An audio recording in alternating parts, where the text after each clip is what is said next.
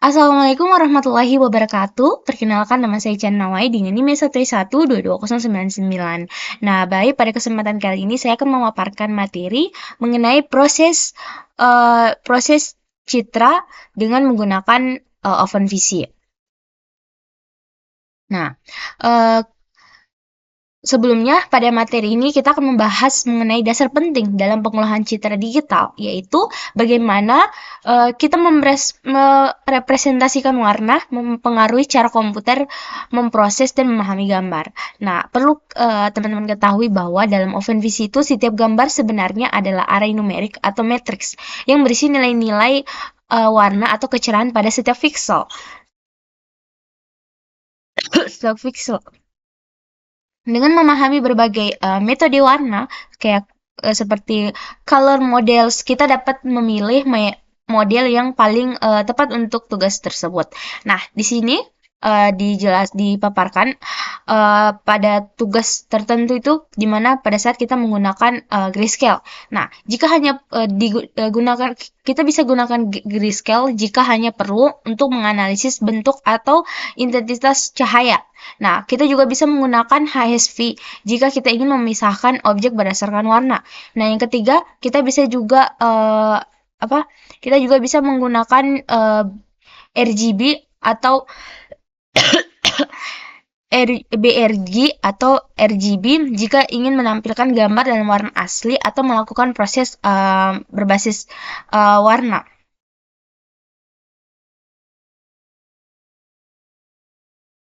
Nah, kemudian kita masuk pada technical requirement, di mana di sini tuh di sini tuh kayak cuma untuk teknik saja. Ini itu semacam rekomendasi, di mana di sini ada Python, OpenVisi, NumPy, dan SPI, di mana di sini itu dijelaskan bahwa bab ini itu kita akan menggunakan Python dan OpenVisi, NumPy, dan SPI.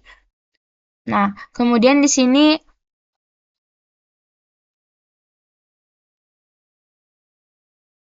ada konferensi image between different color model. Nah, di mana ini itu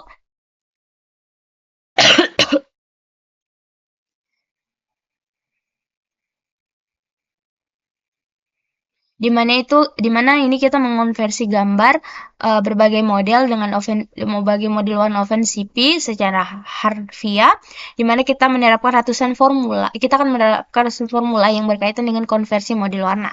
Nah, beberapa model warna pada umumnya itu digunakan oleh perangkat input seperti kamera, sementara model lain biasanya digunakan untuk perangkat output seperti televisi, layar komputer, dan printer.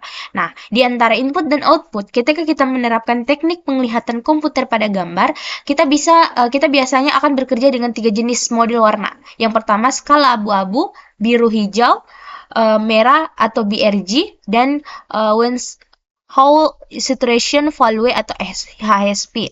Nah, pada pembahasan ini, skala abu-abu itu adalah model yang mengurangi informasi warna dengan menerjemahkan menjadi nuansa abu-abu atau kecerahan. Nah, model ini tuh sangat berguna untuk proses gambar di tahap penengah dalam masalah, di mana informasi kecerahan saja sudah cukup seperti deteksi wajah. Biasanya setiap pixel dalam gambar skala abu-abu ini dipresentasikan dengan satu nilai 8 bit. Dimulai dari 0 untuk hitam hingga 255 untuk putih. Nah, BRG juga ini tuh adalah model warna biru, hijau, merah, di mana setiap pixel itu memiliki triple nilai yang mempresentasikan komponen atau saluran biru, hijau, dan warna dari warna pixel. Nah, pengembangan web dan siapapun yang bekerja dengan grafik komputer ini akan familiar dengan definisi warna serupa, kecuali dengan urutan saluran terbalik warna hijau biru atau RGB. Biasanya setiap pixel dalam gambar BRG itu direpresentasikan oleh triple nilai 8 bit seperti 0,0 untuk hitam, 225,0,0 itu untuk biru, dan 255,0 itu untuk hijau. Jadi untuk 0,0225 itu untuk merah dan 225,225 dan 225 itu untuk putih. Nah, kemudian model HSP ini berbeda. Kemudian model HSP ini menggunakan triple saluran yang berbeda, di mana W adalah nada warna, kemudian saturasi adalah intensitasnya dan value mewakili kecerahannya. Nah, secara default, OpenVision ini menggunakan model warna BRG dengan 8 bit per saluran untuk mempresentasikan setiap gambar yang dimuat dari file atau ditangkap oleh kamera. Sekarang setelah kita mendefinisikan model warna yang akan digunakan, di sini kita dapat mempertimbangkan bagaimana model default ini mungkin berbeda dari pemahaman intuitif tentang warna.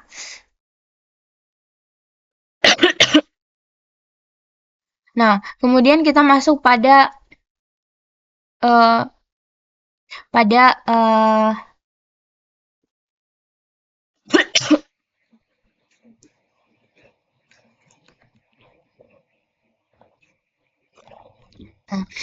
kemudian kita masuk pada lens is not paint, di mana bagi pemula dalam ruang warna BRG itu mungkin tampak bahwa segalanya tidak sesuai dengan benar, misalnya triple 0,225,225 ya tanpa biru, tanpa hijau penuh dan warna merah penuh. Menghasilkan warna kuning. Nah, jika kita memiliki latar belakang seni, mungkin kita mungkin kita tidak perlu mengambil cat atau kuas untuk mengetahui bahwa cat hijau dan merah itu bercampur menjadi warna coklat kusam. Namun dalam model warna yang digunakan dalam komputasi itu disebut model adiktif, dan mereka itu berurusan dengan cahaya, di mana untuk cahaya berlaku dari cat yang mengikuti model warna subtraktif dan karena perangkat lunak berjalan di komputer yang medianya adalah monitor yang memancarkan cahaya. Model warna yang dijadikan referensi adalah model adiktif. Nah,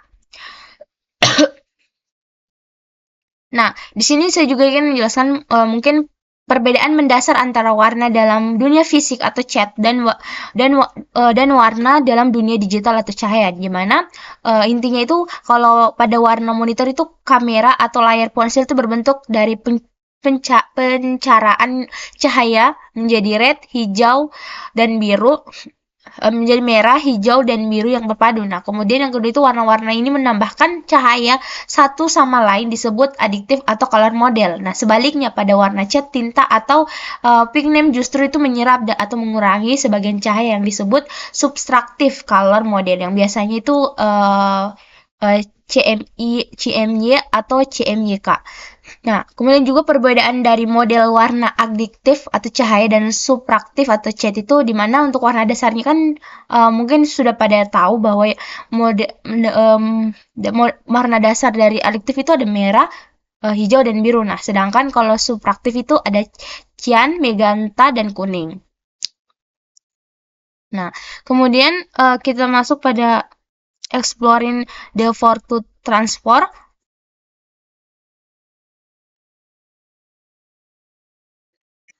Nah, di sini tuh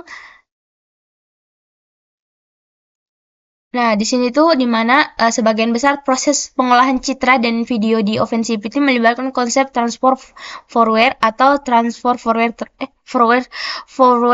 transport dalam berbagai bentuk. Nah, Joseph Fourier ini itu seorang matematikawan asal Prancis pada abad ke-18 yang menemukan dan yang menentukan dan mempopulerkan banyak konsep matematika penting.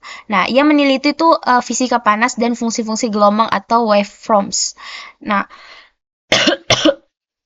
Fourier ini menemukan bahwa semua gelombang kompleks itu sebenarnya merupakan hasil perjumlahan dari gelombang-gelombang sinus sederhana dengan frekuensi yang berbeda-beda.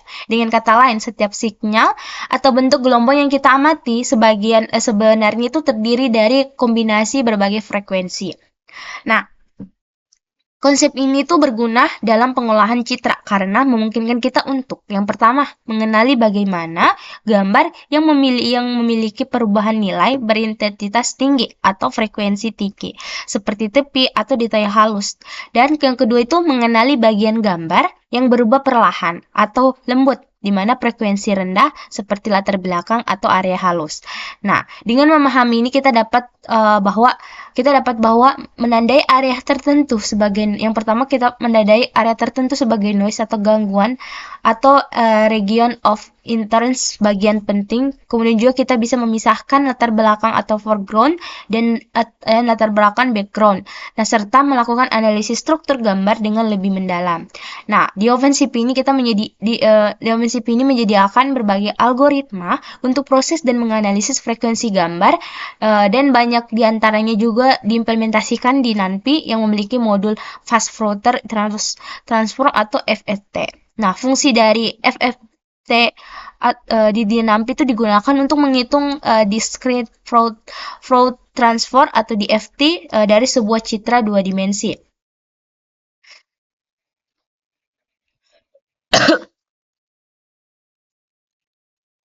Nah, kemudian selanjutnya di sini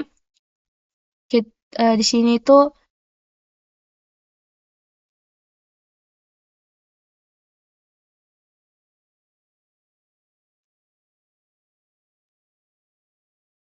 Nah, di sini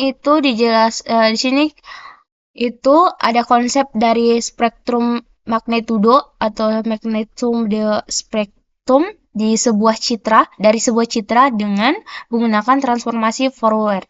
Nah, spektrum magnitudo ini merupakan representasi visual dari perubahan atau frekuensi yang terjadi di dalam gambar. Bayangkan kita mengambil sebuah gambar, lalu menarik semua piksel paling terang ke bagian tengah dan mendorong piksel paling gelap ke tepi gambar. Hasilnya itu adalah gambar yang baru, menggambarkan seberapa banyak piksel terang dan gelap yang terdapat di dalam gambar asli, serta bagaimana distribusinya. Dengan kata lain, spektrum magnitudo ini menampilkan intensitas perubahan cahaya di dalam gambar, bukan detail warna atau bentuk, tetapi pola frekuensi yang bentuk warna itu tersebut. Nah, kemudian juga untuk transformasi Fourier ini tuh menjadi dasar dari banyaknya algoritma pengolahan citra seperti deteksi tepi atau edge detection, kemudian deteksi garis atau bentuk geometris. Nah, kemudian di sini juga dijelaskan bahwa di sini dijelaskan bahwa sebelum kita mempelajari algoritma ini lebih lanjut, kita perlu memahami dua konsep. Jadi dua konsep yaitu dua konsep yang penting yang berhubungan erat dengan Fourier transform yaitu high pass filter, low pass filter. Nah, saya ingin jelaskan. Kita langsung saja di sini kita masuk pada HPFS dan LPFS. Nah, di mana di sini tuh ini adalah high pass filter itu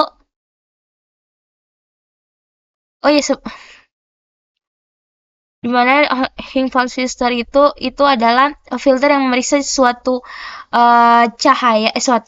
area pada gambar dan meningkatkan intensitas piksel-piksel tertentu berdasarkan perbedaan kecerahan atau intensity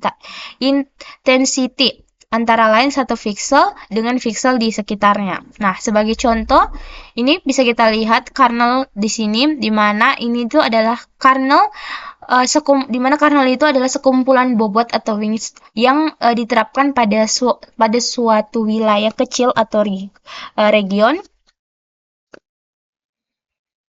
dalam gambar dalam gambar sumber atau source image untuk menghasilkan setiap piksel setiap piksel baru dalam gambar hasil detection image. Nah, misalkan jika kita memanggil fungsi OpenCP dengan parameter case sama dengan 7, maka artinya itu 49 piksel 7 kali 7 dari gambar sumber yang akan digunakan untuk menghitung satu piksel pada gambar hasil. Nah, Oh iya, gambar hasil. Nah, eh, di sini kita bisa bayangkan bahwa karnel itu seperti lembaran kaca buram yang bergerak di antara gambar,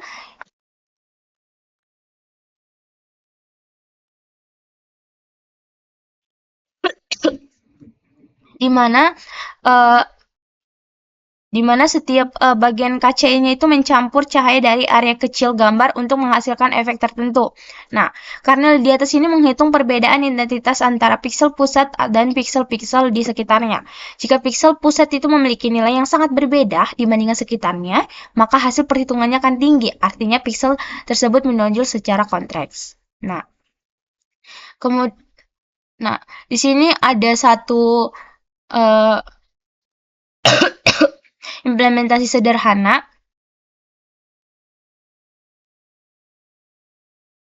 Implementasi sederhana di mana mungkin kita bisa coba dulu.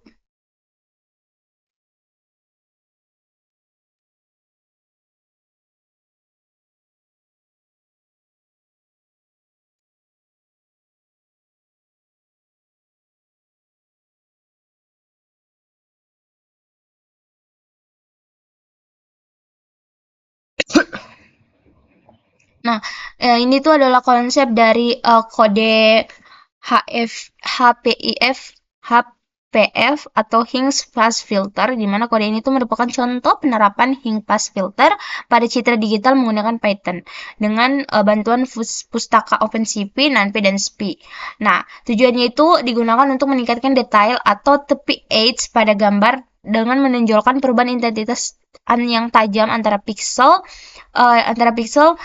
dengan kata lain, filter ini menonjolkan area dengan perubahan warna yang signifikan, seperti batas antara objek dan latar belakang. Nah, di sini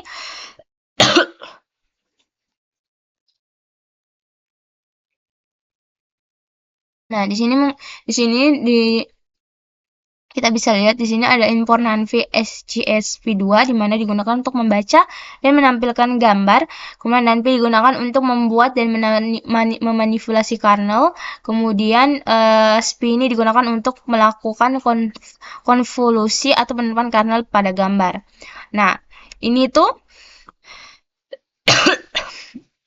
yang ini tuh untuk membuat kernel filter, di mana dua kernel yang digunakan di sini itu adalah kernel 3,3 dengan filter sederhana berukuran 3x3, di mana nilai positif di tengah 8 ini itu menunjukkan peningkatan intensitas pusat, dan nilai min 1 ini tuh menandakan bahwa nilai piksel di sekitarnya dikurangi. Nah, hasilnya bagian gambar ini akan memiliki perubahan kontras tinggi atau tepi akan lebih menonjol.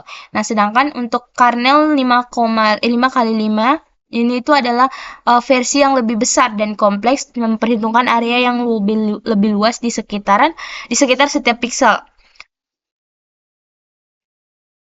Nah, yang ini itu untuk membaca citra. Yang ini untuk membaca citra, di mana membaca gambar dalam model grayscale, yaitu 0 menandakan mode abu-abu. Nah, mode ini tuh digunakan karena operasi filter biasanya dilakukan pada satu kernel intensitas. Nah, kemudian untuk proses ini tuh untuk proses konvolusinya, di mana fungsi ini and make-nya ini tuh melakukan proses konvolusi, yaitu menggeser kernel di seluruh gambar dan menghitung kombinasi linear antara piksel citra dan nilai kernel. Nah, hasilnya adalah gambar di mana tepi menjadi lebih jelas diperkuat oleh HPF. Nah, kemudian ini digunakan Gaussian blur atau Higgs Fast Filter ini filter, di mana Gaussian blur ini digunakan untuk menghasilkan gambar atau menghapus detail halus dan noise. Kemudian Higgs Fast filternya ini tuh kemudian diperoleh dengan mengurangi gambar blur dari gambar asli, dan hasilnya adalah gambar yang hanya menampilkan area yang dengan perubahan intensitas tinggi yang yaitu tepi atau detail. Nah, kemudian untuk yang CV2 I'm show ini tuh untuk menampilkan hasil, di mana menampilkan hasil 4 jendela, yaitu 3x3 hasil ASHP hing pass filter dengan kernel kecil, kemudian 5,5 hasil hing pass filter dengan kernel besar.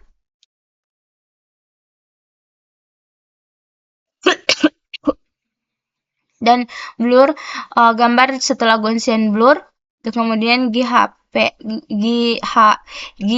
hint pass filter untuk berdasarkan pengurangan perbedaan antara gambar asli dan blur.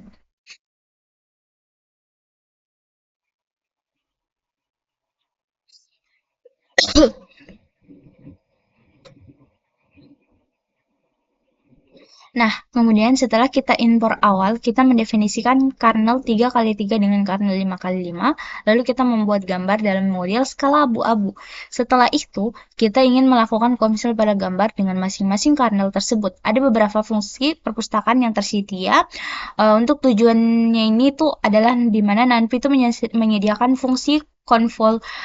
Namun fungsi ini hanya untuk menerima array satu dimensi. Meskipun konvolusi array multidimensi dapat dicapai dengan NumPy, hal ini itu akan sedikit kompleks dengan di mana modul NDMax ini tuh dari SPI menyediakan fungsi konvol lain yang mendukung array multidimensi.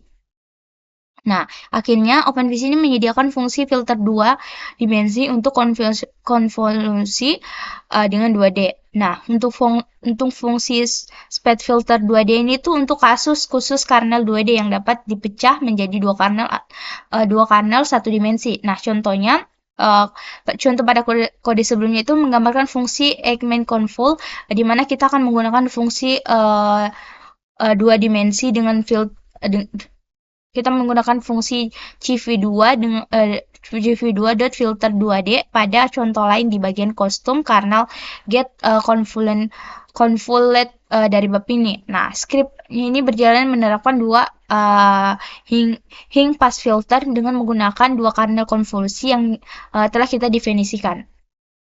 Nah, di sini ada di mana di sini kita bisa lihat bagaimana masing-masing filter itu terlihat sebagai inputan. Kita mulai dengan gambar foto berikut ini. Nah, di sini tuh seperti yang kita lihat bahwa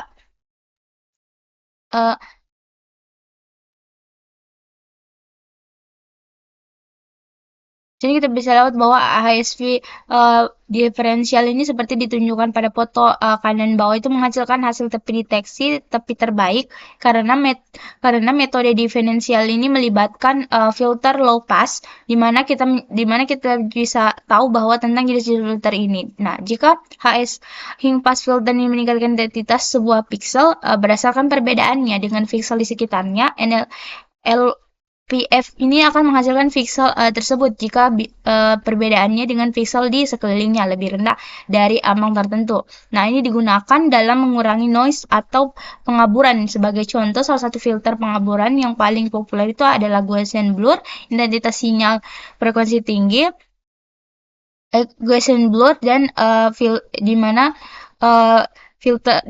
adalah filter low pass yang mengurangi intensitas sinyal frekuensi tinggi. Di mana hasil dari Gaussian blur itu ditunjukkan pada foto kiri bawah nih. Nah, di sini kita masuk pada gradient modulus, di mana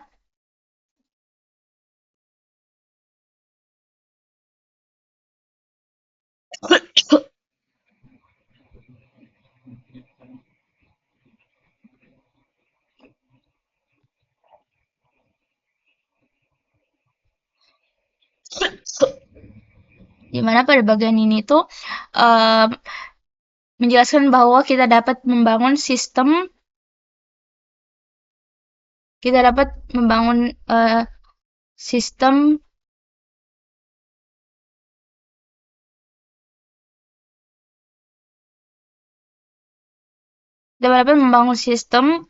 pengolahan citra yang terstruktur dengan cara memisahkan kode ke dalam modul atau file Python terpisah, di mana pendekatan ini umum dalam proyek besar agar kode lebih terorganisir, mudah dipelihara, dan dapat digunakan sebagai reusable. Nah, yang pertama, membuat modul dalam Python, di mana dalam proyek Kemo yang sebelumnya dibuat pada bab tentang file, kamera, dan GUI itu, kita ingin menambahkan filter-filter real-time pada gambar yang ditangkap dari kamera, agar sistemnya rapi, di mana kita akan memisahkan fungsional menjadi beberapa modul Python, yaitu Kemo.py, di mana filter utama yang menjelaskan aplikasi, kemudian bertugas untuk menangkap video dari kamera dan menampilkan hasilnya, dan akan menggunakan kelas dan fungsi dari model lain. Sedangkan untuk filter.py itu menyimpan fungsi dan kelas filter gambar atau image filter, misalnya untuk edge detection, blur, brightness adjustment, dan sebagainya. Kemudian reusable itu bisa digunakan di proyek lain di luar Kemo. Nah, kemudian utils.py, di mana di sini tuh di sini tuh menyimpan fungsi umum atau util fungsional untuk memperhitungkan matematika atau interpolasi atau manipulasi array, di mana fungsi di sini tuh bersifat mendukung untuk operasi filter. Nah, kemudian untuk struktur impor di setiap file, di mana yang pertama itu ada CV2, di mana digunakan untuk operasi pengolahan citra atau OpenCV. Kemudian nanti untuk manipulasi array dan proses numerik. Dan kemudian yang terakhir itu ada utils, di mana model buatan kita sendiri yang akan menyediakan fungsi-fungsi matematika tambahan. Nah, kemudian di sini ada edge detection atau deteksi tepi, di mana di setiap model ini siap atau salah satu filter setelah model siap atau salah satu filter pertama akan ditambahkan adalah deteksi tepi, di mana deteksi tepi ini merupakan langkah penting dalam pengolahan citra karena yang pertama menyoroti batas atau perbedaan identitas antara objek dan latar belakang. Kemudian yang kedua itu menyediakan informasi penting bagi sistem untuk mengenali bentuk, melakukan segmentasi gambar, dan menentukan struktur atau fitur utama dalam citra. Nah, kemudian untuk analog konseptual itu dimana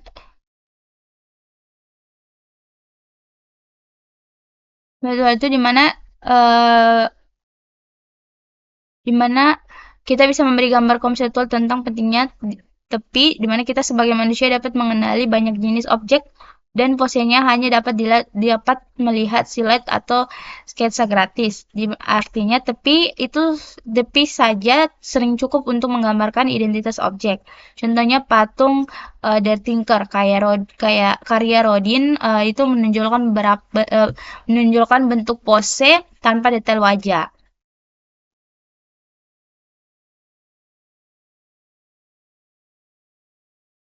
Nah, kemudian di sini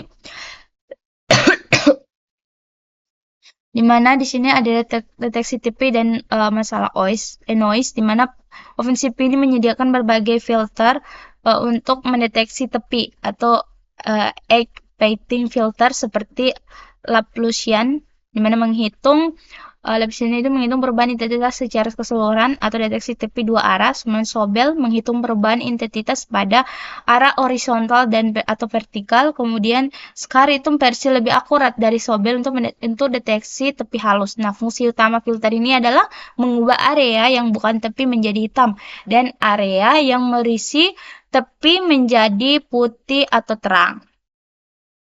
Nah, kemudian untuk solusi menggunakan bullring ini itu sebelum deteksi tepi itu untuk mengatasi noise gambar harus diburamkan terlebih dahulu sebelum dideteksi tepi. Nah, OpenCV ini menyediakan beberapa jenis bullring filter seperti blur, rata-rata sederhana atau average filter, kemudian median blur itu mengganti setiap pixel dengan nilai median tetangganya. Iya.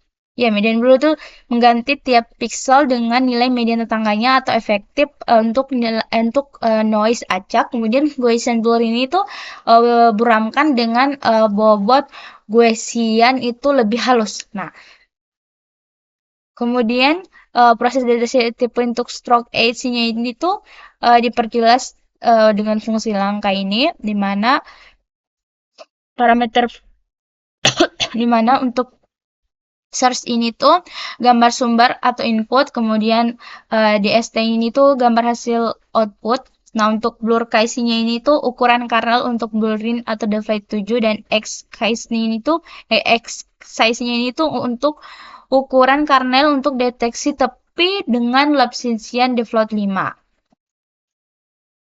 Nah, kemudian untuk if blurring size ini tuh yang ini tuh jika blur size cukup besar, gambar diburukkan dulu. Nah, sedangkan setelah itu gambar diubah ke grayscale agar filter tepi bekerja lebih efektif. Nah, jika tidak diburamkan, gambar langsung diubah ke grayscale. Nah, langkah kedua yang ini tuh untuk mendeteksi tepi dengan lapisan operator, di mana hasilnya itu adalah gambar dengan tepi terang dan gelap. Nah, yang ketiga normalisasi ini tuh untuk membalik hasil Laplacian di mana sekarang tepi menjadi hitam dan latar menjadi putih. Nah, dinormalisasikan menjadi rentang 0 sampai 1 agar bisa digunakan sebagai faktor penggalih pada gambar asli. Nah, untuk langkah keempat ini menggelapkan area tepi pada gambar asli, yaitu gambar asli pecah menjadi 3 saluran warna BRG, di mana setiap saluran dikalikan dengan hasil deteksi tepi yang dinormalisasikan. Tujuannya untuk menggelapkan bagian tepi sehingga efektif garis lebih menonjol seperti sketsa pensil.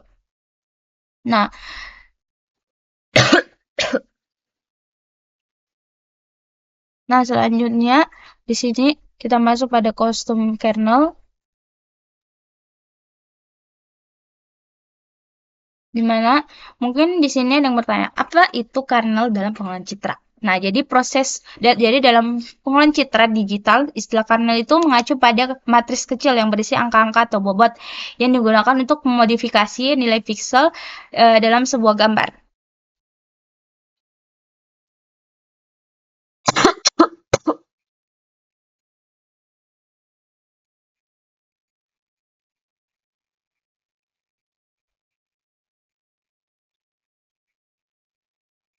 Nah, di mana kernel juga itu sering disebut convolutional matrix atau matriks konvolusi, dan filter matriks atau matriks penyaring. Nah, fungsi utamanya itu adalah menentukan bagaimana setiap pixel keluaran dihitung berdasarkan kombinasi dari pixel-pixel di sekitarnya. Nah, konsep dasar konvolusi itu yang pertama itu adalah proses matematis yang digunakan untuk menggabungkan atau mencampur informasi dari gambar dengan kernel. Gimana cara kerjanya itu kernel digeser ke seluruh bagian gambar. Kemudian yang kedua, setiap kali kernel berada di atas area tertentu, nilai-nilai pixel di area itu dikalikan dengan bobot kernel. Kemudian hasil perkalian dijumlahkan menghasilkan nilai baru untuk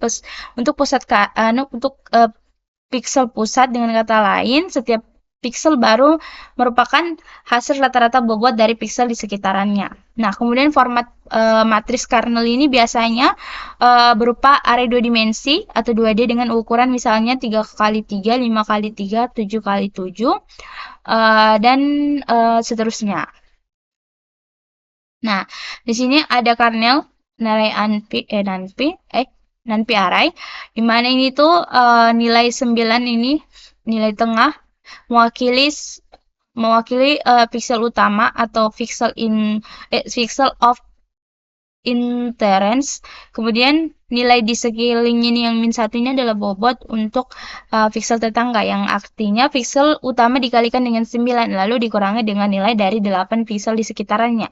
Hasil akhirnya itu jika pixel utama berada cukup jauh dari tetangganya, perbedaan dan akan diperbesar. Akibatnya gambar tampak lebih tajam atau sharper karena kontrasnya itu antara pixel dengan pixel itu meningkat. Nah, kemudian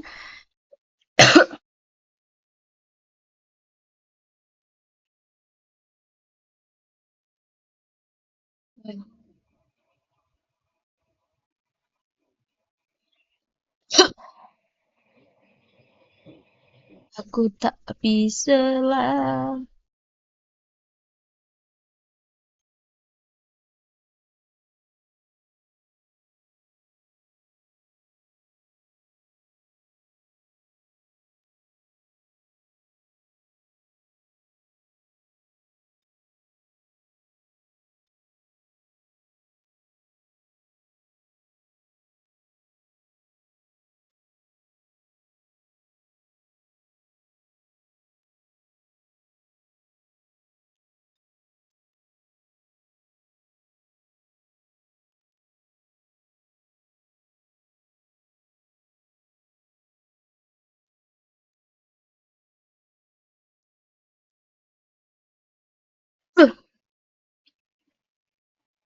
Nah, selanjutnya kita masuk pada Convex Contour and the Dolges Figure Algorithm. Nah, di mana dalam pengolahan citra atau objek yang kita temukan melalui deteksi kontur ini biasanya memiliki bentuk yang sangat beragam. Tidak selalu berupa persegi atau lingkaran. Untuk memahami dan menganalisis bentuk-bentuk kompleks ini. Nah, OpenCV ini menyediakan cara untuk mendekati bentuk objek menggunakan poligon. Nah, apa itu bentuk cembung? Uh, cembung apa? Apa itu bentuk cembung? Di mana bentuk bentuk cembung itu adalah bentuk di mana semua garis yang menghubungkan dua titik di dalam bentuk tersebut selalu berada di dalam bentuk tersebut. Nah, contohnya di mana lingkaran dari dan persegi adalah bentuk cembung. Nah, bintang atau bentuk hati adalah tidak cembung karena ada bagian cekung yang menyediakan garis yang menyediakan garis antar titik keluar dari bentuk. Nah, kemudian di sini juga kita masuk pada detection linear circle, di mana mendeteksi tepi atau menentukan kontur itu tidak hanya merupakan tugas yang umum dan penting karena di mana mereka juga menjadi dasar dari operasi kompleks lainnya. Nah, deteksi gambar dan bentuk berjalan seiring dengan deteksi tepi dan kontur. Jadi mari kita lihat bagaimana OpenCV itu mengimplementasikannya dalam teori di balik deteksi garis dan bentuk berakat pada teknik yang disebut transformasi Hall yang ditemukan oleh Richard Duda dan Peter Hart. Ini memperluas atau menggenerasikan karya yang dilakukan oleh Paul Vogt pada awal 1960-an. Nah, kemudian masuk pada deteksi lines,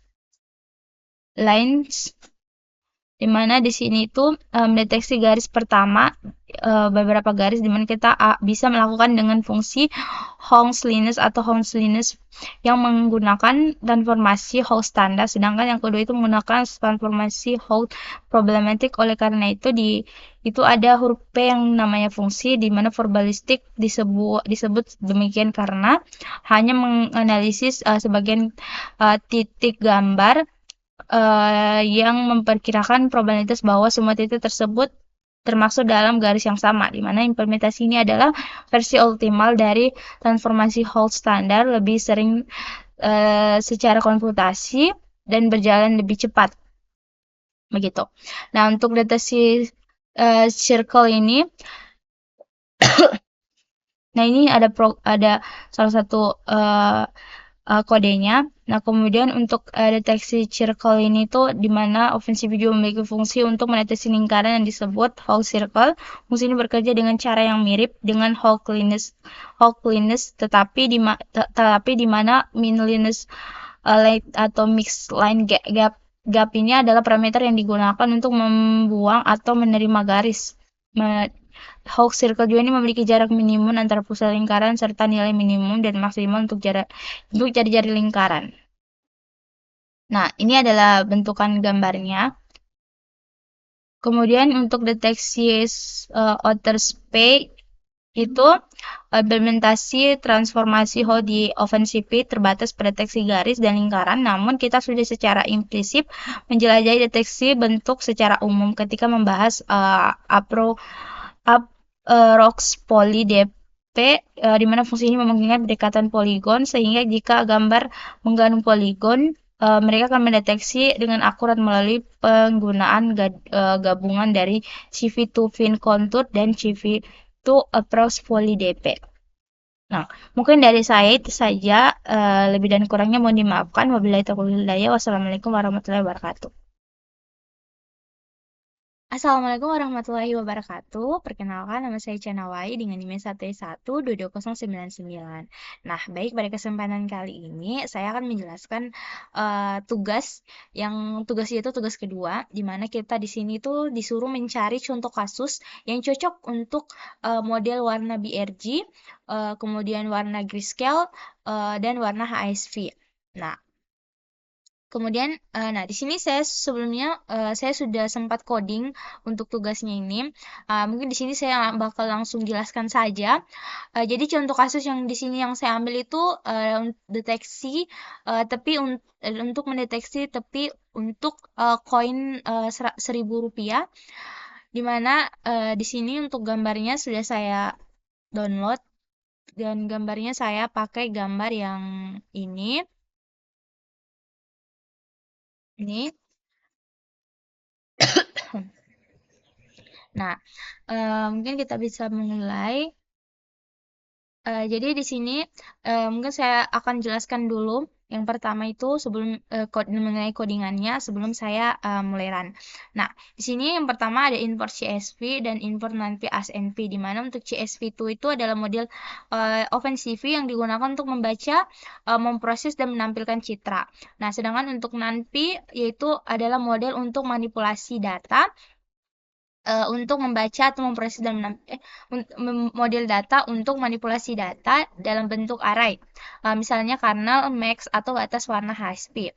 Nah, yang kedua, untuk yang ini tuh untuk membaca gambar, di mana untuk CSV to image itu digunakan untuk membaca file gambar. Nah, untuk koin RP rupiah 1000 ini .jpg itu adalah nama file gambar koin yang ingin diproses. Nah, secara default, OpenCV ini akan membaca gambar dalam format BRG, yaitu blue, green, red.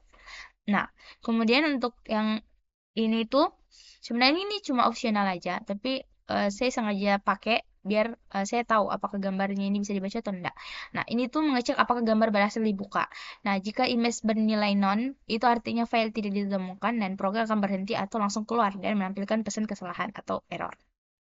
Nah, kemudian yang kedua ini ada model warna BRG, di mana untuk BRG image ini tuh adalah membuat salinan gambar asli atau format BRG. Nah, kemudian untuk CV to Gaussian blur ini tuh menerapkan filter Gaussian blur untuk menghaluskan gambar dan mengurangi noise. Dan yang 77 ini tuh adalah untuk ukuran kernel, yaitu semakin besar semakin kabur.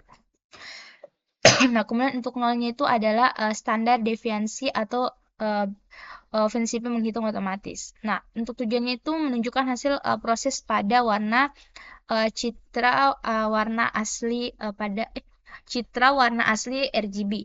Nah, untuk yang model ketiga, di sini modelnya saya gabung saja ya. Dan untuk model ketiga yaitu yang model grand scale. Nah, di mana untuk uh, CV uh, CV sheet color ini tuh mengkonversi gambar dari BRG ke grayscale, yaitu hitam putih, dan grayscale akan menyampaikan identitas cahaya yaitu dari 0 sampai 255 tanpa warna, di mana 0 itu adalah sama dengan hitam dan 255 itu adalah sama dengan putih. Nah, kemudian di sini ada deteksi tepi. Di sini saya menggunakan Chani, di mana ini tuh menggunakan Chani detection untuk menemukan garis tepi pada gambar. Nah, untuk parameternya itu 100 dan 100 ini ambang bawah atau threshold rendahnya, dan 200 ini ambang atas atau threshold tingginya. Nah, kemudian di sini ada juga model warna HSV, di mana ini tuh mengubah model warna dari BRG ke HSV, yaitu Hue, Haut, saturation dan volue, di mana HUD ini adalah jenis warna atau merah, biru, hijau, dan lain-lain. Sedangkan saturation ini tuh intensitas warna, dan kemudian volume adalah tingkat kecerahan. Nah, kemudian bagian ini itu adalah lower silver atau upper silver. Ini itu menentukan rentang warna HSP untuk mendeteksi area keperakan atau warna logam koin, di mana 0,0 sama dengan 80 itu di batas bawah abu-abu gelap, dan 180,50,225 itu adalah batas atas abu-abu terang. Nah, kemudian untuk CV2 in range-nya ini tuh adalah membuat mask atau citra binar yang menandai si pixel dalam rentang warna tersebut dengan nilai 255 atau putih. Nah, kemudian untuk CV2 bit ini tuh mengambil bagian dari gambar asli yang warnanya sesuai dengan max. Nah, untuk show ini tuh untuk menampilkan semua hasil, di mana show ini menampilkan citra di jendela terpisah. Yang ini, yang show ini itu menampilkan di jendela terpisah, tetapi jendela yang diberi nama sesuai jenis prosesnya, di mana ada citra asli, cuman BRG blur, grayscale, deteksi tepi, kemudian model CSV dan segmentasi warna logam. Nah, kemudian ini itu untuk menunggu tombol keyboard ditekan sebelum menutup jendela. Jadi kita nggak bisa tutup jendela windownya itu tanpa kita mengetik keyboard apa saja yang bisa diketik gitu. Nah, kemudian oh ya, mungkin bisa kita langsung run saja. Nah, ini itu ada 5 gambar. 5 gambar. Nah, di sini tuh masing-masing sudah ter ini ada gambar yaitu menggunakan BRG blur ini. Kemudian ada gambar ya, dalam proses grayscale, maksudnya yang diproses melalui model grayscale. Kemudian deteksi tepinya. Kemudian ini untuk segmentasi warna logam HSV-nya. Kemudian ini untuk model HSV-nya. Mungkin dari saya itu saja, lebih dan kurangnya mau dimaafkan. Wabillahi taufiq wal hidayah. Wassalamualaikum warahmatullahi wabarakatuh.